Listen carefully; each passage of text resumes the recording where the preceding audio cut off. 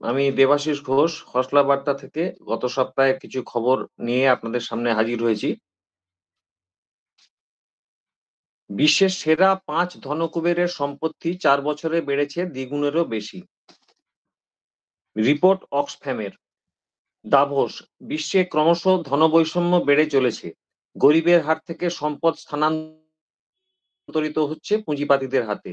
বিশ্ব অর্থনীতির ক্রমবর্ধমান ধনবৈষম্য নিয়ে আশঙ্কা প্রকাশ করে এমনই মন্তব্য করেছে আন্তর্জাতিক মানবাধিকার সংগঠন অক্সফ্যাম। সংস্থার রিপোর্টে বলা হয়েছে, করোনা শুরুর পর থেকে বিশ্বের সবচেয়ে বড় 5 ধনকুবেরের সম্পত্তির পরিমাণ দ্বিগুণেরও বেশি হয়েছে।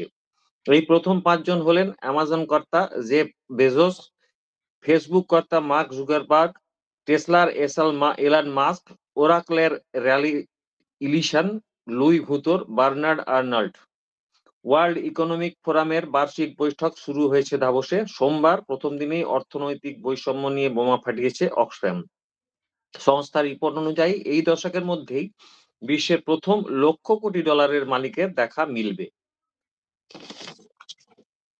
140টি ভাষায় গান গেয়ে ওয়ার্ল্ড রেকর্ড কেরলের সুচেতার।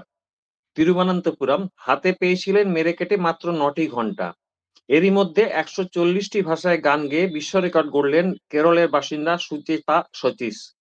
সেই সাফল্যকে কুর্নিশ জানিয়ে তাকে শংসাপত্র দিয়েছে গিনেস কর্তৃপক্ষ। গত নভেম্বরে সংযুক্ত আরব আমির শাহের রাজধানী দুবাইতে বসেছিল পরিবেশ সম্মেলন। যোগ দেয় 140টি দেশ। এই দেশগুলির সরকারি ভাষায় জলবায়ু নিয়ম পরিবর্তন নিয়ে সচেতনতার বার্তা নিয়ে গান গেয়েছেন সুচেতা। দুবাইয়ের ইন্ডিয়ান কনসুলেট অডিটোরিয়ামে 24শে নভেম্বর তার গান সকলকে চমকে দেয়। তার সুরেলা কণ্ঠ, সুর মূর্ছনার তারিফ করেন শ্রোতারা। সম্প্রতি ইনস্টাগ্রামে সুচেতা জানিয়েছেন, 9 ঘন্টায় 140টি ভাষায় গান করে নতুন গিনেস বিশ্ব রেকর্ড করেছি আমি। আপনাদের শুভকামনা জানানোর জন্য ধন্যবাদ। শেয়ার বাজারে বিপুল লাভের টোপ, বধূর 75 লক্ষ টাকা হাতিয়ে নিল প্রতারকেরা। আসানসোল, শেয়ার মার্কেটে বিনিয়োগে বিপুল লাভের টোপ দিয়ে গৃহবধূর 75 লক্ষ টাকা হাতিয়ে নিল সাইবার প্রতারকেরা। দফায় দফায় ওই টাকা হাতিয়ে নেওয়া হয়েছে। মহিলার বিশ্বাসযোগ্যতা অর্জন করতে কয়েক দফায় 12 লক্ষ টাকা ফেরতও দিয়েছিল প্রতারকেরা। নিজের মায়ের ফিক্সড ডিপোজিট জমা রেখে লোন নিয়ে প্রতারকের ফাঁদে পড়ে বিধ্বস্ত ওই গৃহবধূ আসানসোলের সাইবার থানায় অভিযোগ করেছেন। তদন্ত শুরু করেছে পুলিশ। শুধু তিনি একা নন, শেয়ার বাজার সম্পর্কে বিন্দু বিসর্গ না জেনে গৃহবধূ থেকে প্রবীণেরা বিনিয়োগ করতে যাচ্ছেন। সহজেই তাদের টার্গেট করছে সাইবার প্রতারকেরা। Asansol Durgapur police commissionerate DC Kuldeep Sonawane বলেন, লিখিত অভিযোগ হয়েছে, পুরো ঘটনা তদন্ত করে দেখছি। প্রতারিত গৃহবধূ জানান, স্বামী একটি রাষ্ট্রায়ত্ত সংস্থার আধিকারিক। তিনি আগে ভালো বেতনে চাকরি করতেন। পরবর্তীতে কাজ চলে যাওয়ায় তাকে শেয়ার মার্কেটে বিনিয়োগ করার পরামর্শ দেন আত্মীয়রা। পরিবার থেকে আর্থিক সাহায্যও পান। নির্দিষ্ট আইপিও অ্যাকাউন্ট খুলে অ্যাপের মাধ্যমে তা শুরু করেন তিনি। শেয়ার মার্কেট নিয়ে আগ্রহ প্রকাশ করতেই প্রতারকরা তাকে টার্গেট করে। ডিসেম্বর মাসে তাকে পরামর্শ দেওয়ার জন্য ফোন আসে। তাদের কথায় বিশ্বাস করে ওই গৃহবধূ কিছু নির্দিষ্ট অ্যাপ ডাউনলোড করেন। পরামর্শদাতার কথা মতোই শেয়ার মার্কেটের দর ওঠানামা করতে দেখেন তিনি। যেসব ফান্ডে বিনিয়োগ করতে বলা হচ্ছে সেখানে মুনাফাও অনেক। ভরসা করে তাদের কথা মতো নির্দিষ্ট অ্যাকাউন্টে 1 লক্ষ টাকা পাঠান।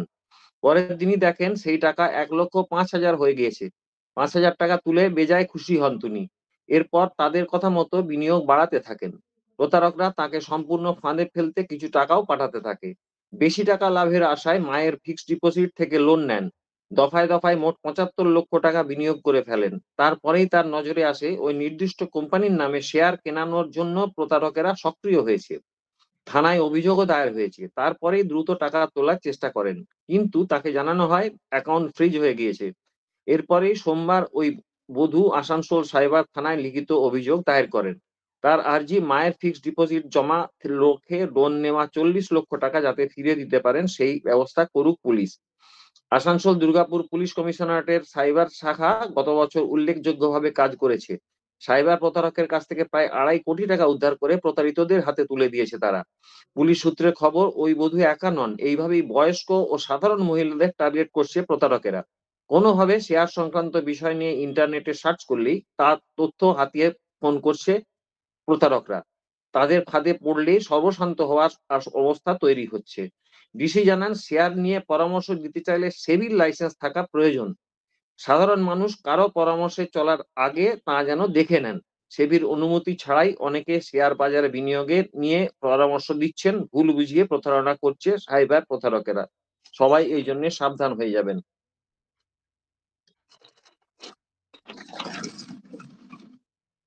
এরপরে আসছি বিষ্ণুপুরের লোকাল খবরে। বিষ্ণুপুর হাসপাতালে চালু হলো ক্যান্টিন।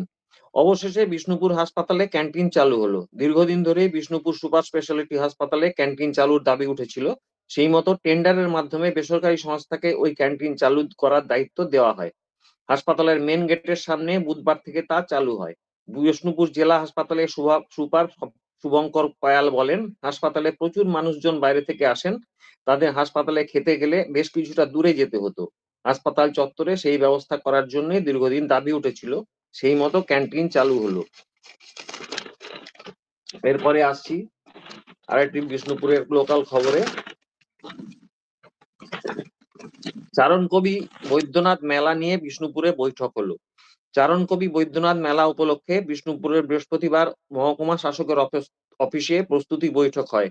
বৈঠকে মেলা কমিটির সভাপতি তথা মহকুমা শাসক প্রসেনজিৎ ঘোষ ছাড়াও মেলা কমিটির বিভিন্ন পদাধিকারী উপস্থিত ছিলেন।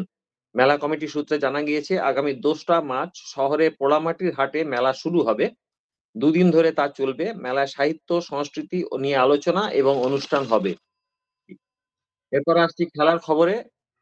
আফগানিস্তানের সাথে 3 ম্যাচের সিরিজে 3-0 জিতল টি-20 ম্যাচে ভারত। তৃতীয় ম্যাচে ভারতের অধিনায়ক রোহিত শর্মা তার 5ম টি-20 সেঞ্চুরিটি করেন এবং তিনি এখন সর্বাধিক সেঞ্চুরির মালিক টি-20 জগতে।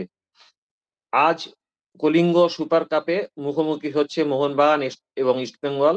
ভুবনেশ্বরে অনুষ্ঠিত হওয়া এই খেলায় মোহনবাগান, ইস্টবেঙ্গল ছাড়াও আরো 24টি দল অংশ নিচ্ছেন। আজকের মতো খবর পড়া শেষ করছি। নমস্কার।